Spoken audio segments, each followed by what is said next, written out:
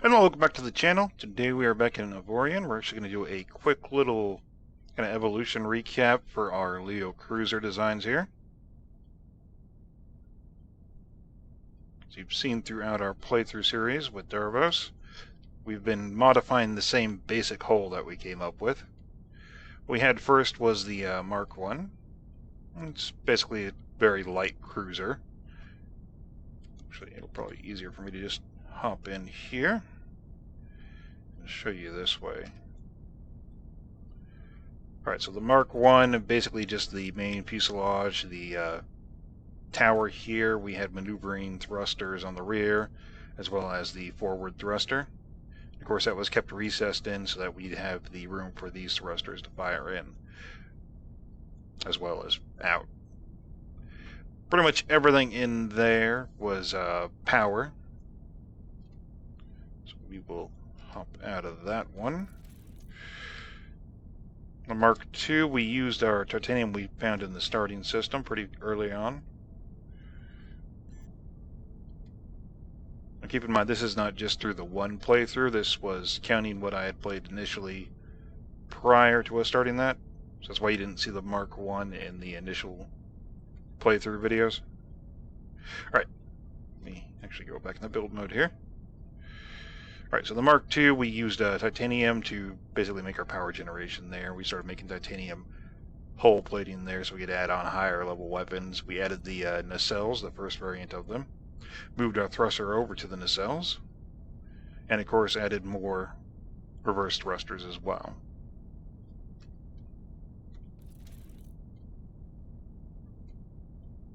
Here we go on to the Mark III.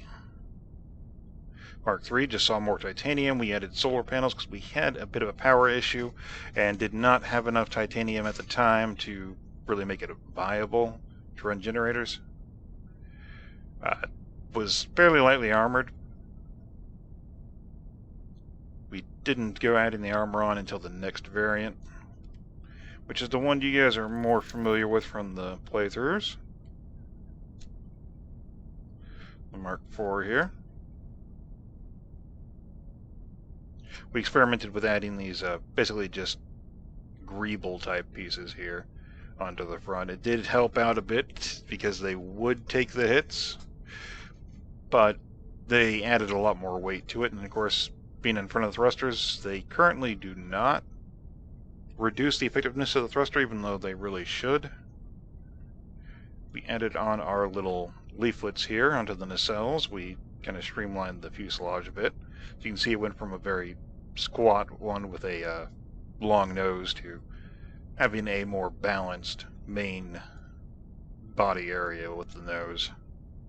And of course the nacelles took on a much larger shape. They pretty much tripled in size.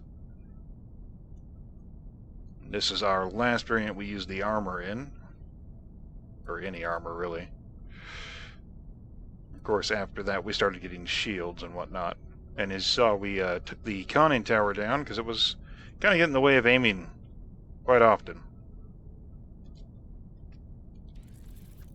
So here we go on to the Mark V, which is when we first got our shield tech.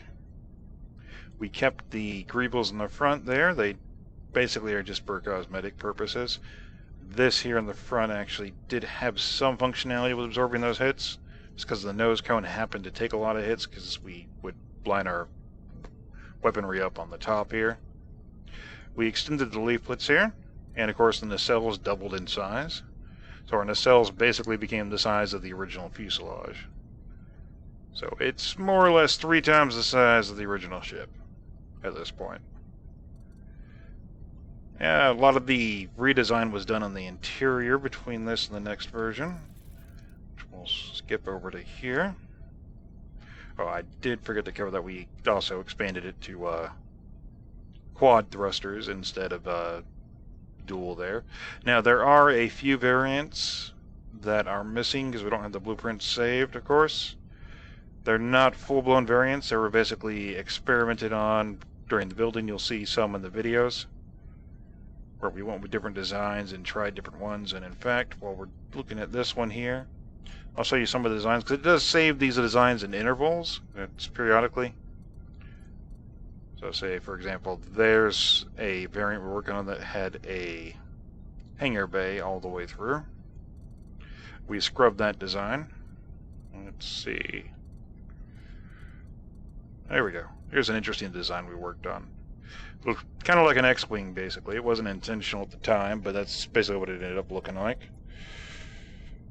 And, of course, it had the hangar going through in one point.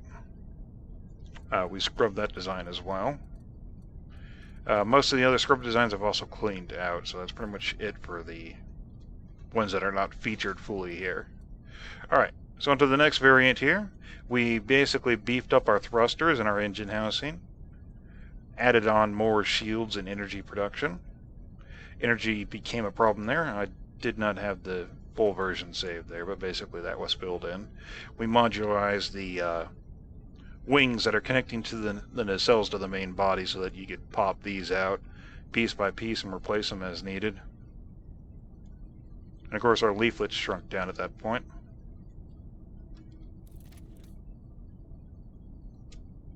Now, on to the next one.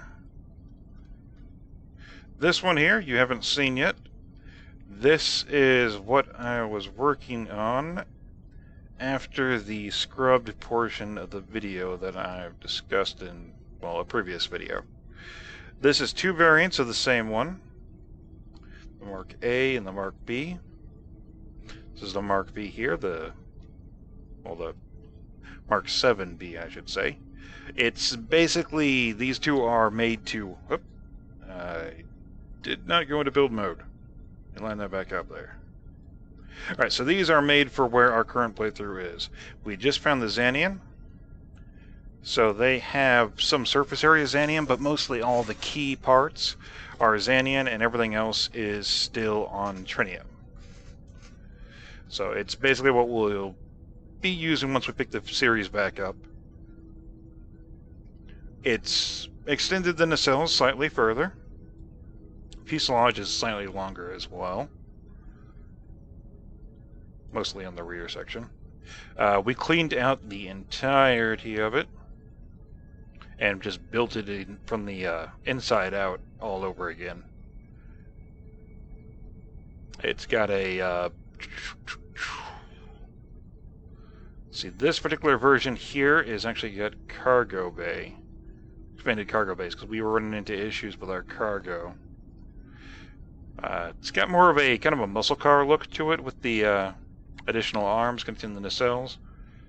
It took me a while to come up with that. I kind of like the way it turned out. It really added a better profile to it, because the nacelles obviously got way too long, and have them trail off the back, it just didn't seem quite right. Most of what you see here is just going to be power generation, of course, and then there's your turret fuel generators and whatnot. We just took the greebles off of the front sections altogether. Just went with raw thrusters. And of course it's using the quad thrusters, but they are much longer and much more engine thrust to it. So we'll go ahead and exit that. And then the Mark A variant here. The only difference, literally the only difference between these two, is the rear section here. It's got the hanger on it. You can cut that out and replace it with pretty much anything. Beyond that, they're the same. Oh, I forgot to mention on the previous one. Yeah, we did expand the decking slightly on the top to add room to add larger turrets. So you can put two large turrets, one on either side there. And of course, there's plenty of room for turrets down here on the arms, on the leaflets. Now, on to our next iteration. Let's do a quick little recap here. So you see it going from basically our barely a light cruiser fuselage design all the way up to here, where it's a fairly substantial, powerful cruiser on its own. This one here I would basically consider to be a outright heavy cruiser.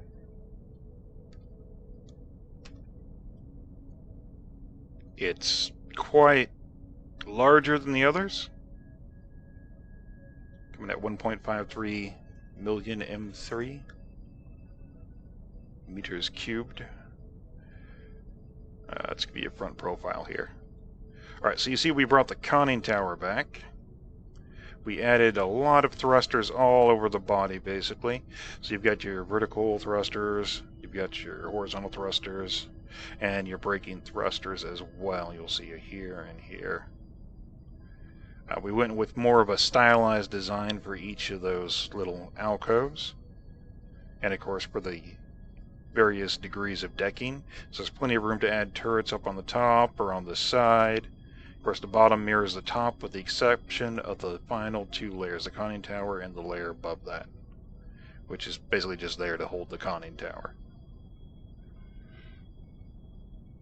We did add our greebles back on the front here. I couldn't find a design for the front that ended right. If I ran it all the way out to where it would just end into a point, it just looked weird to me. And of course, just having it drop off just didn't seem right either. So I kind of made it a blunted nose look here. Now, we went through several variants on this one here. I don't know if I have any of those still stored. Alright, so that's the one we have right now. That is also the one we have right now. Or those are the same. Here we go. Alright, so here we had a recessed armor sheath over reverse thrusters in there. Here we had a starting nacelle that was going to be 4 quad nacelles, and that just, after working on that, it looked like it was going to be way too large, and of course had hangers going off each side. Here we have it without any nacelles at all. It was a bit slow, didn't seem quite right. We weren't anywhere near done with it. And yep, here's a few other older hull versions. There's one where we had the hangers on the side there. And of course we didn't finish the nacelles on that either because they were going to be a bit weird.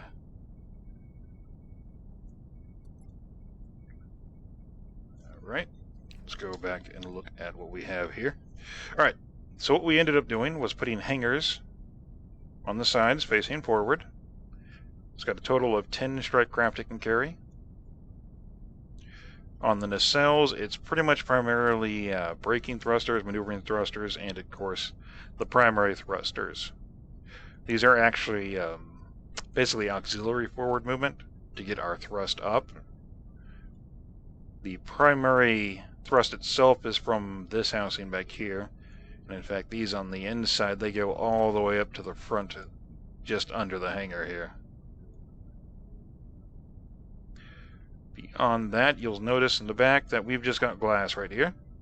It's because we've got all this empty space here, and for once we decided to go with a design where we didn't fill it up entirely. Left this huge space here for customization. Basically, so you can set it up for whatever you need it for.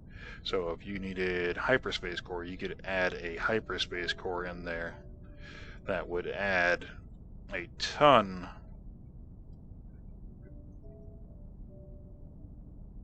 Here we go. Yeah, you could basically double the hyperspace jump range.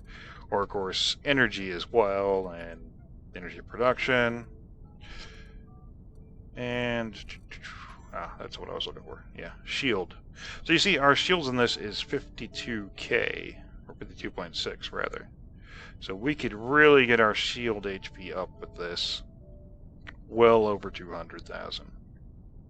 And that would just make this thing a complete beast. So basically you can do any kind of combination in there with it. And that's why we put the glass on the end there, was so that all the core systems are there. It's got enough power to operate fully. It's got maneuverability. It's got plenty of crew space. It's got your basic shields, more than enough for most encounters. And all that extra space in there can be used for anything. We did try having the hangar going all the way through, and it can support basically up to 200 strike craft a little bit less than that, really. I don't have the exact number right now, but basically close to 200 strike craft if we put a hanger all the way through there. And of course, you can cut those items out in the front. Those are not necessary. Your braking power will reduce significantly once you cut this thruster out, but you can hollow it all the way through. And all of your key systems are built into the plating all around it, which is basically, it's 1.5. Yeah, 1.5. So that's 3 block layers deep on each side. So that pretty much covers our work here on the Leo. This will probably be our final iteration of it because of how, well, customizable it is. There's so much space in there. You can pretty much modify it to have anything you need extra. I don't see a reason to really go back and change the design until we get some field testing in, a few combat encounters with it, and see how that turns out. Of course, if the strike craft proved to be disappointing, we'll probably just scrub those hangers and replace it with something altogether. And if they turn out to be quite good, we might even expand the hangers. Maybe cut the section out here and just put the hanger all the way through. And see how that goes. Alright guys, well that pretty much covers our Leo series here.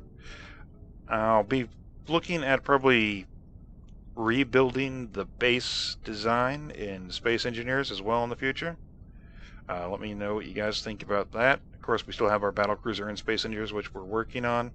And obviously, as you've seen in the previous series, we were working on making a version of the same battlecruiser for Avorion. Alright. Well, of course, thank you for your time, guys. Have a nice day. And of course, as always, thanks for watching.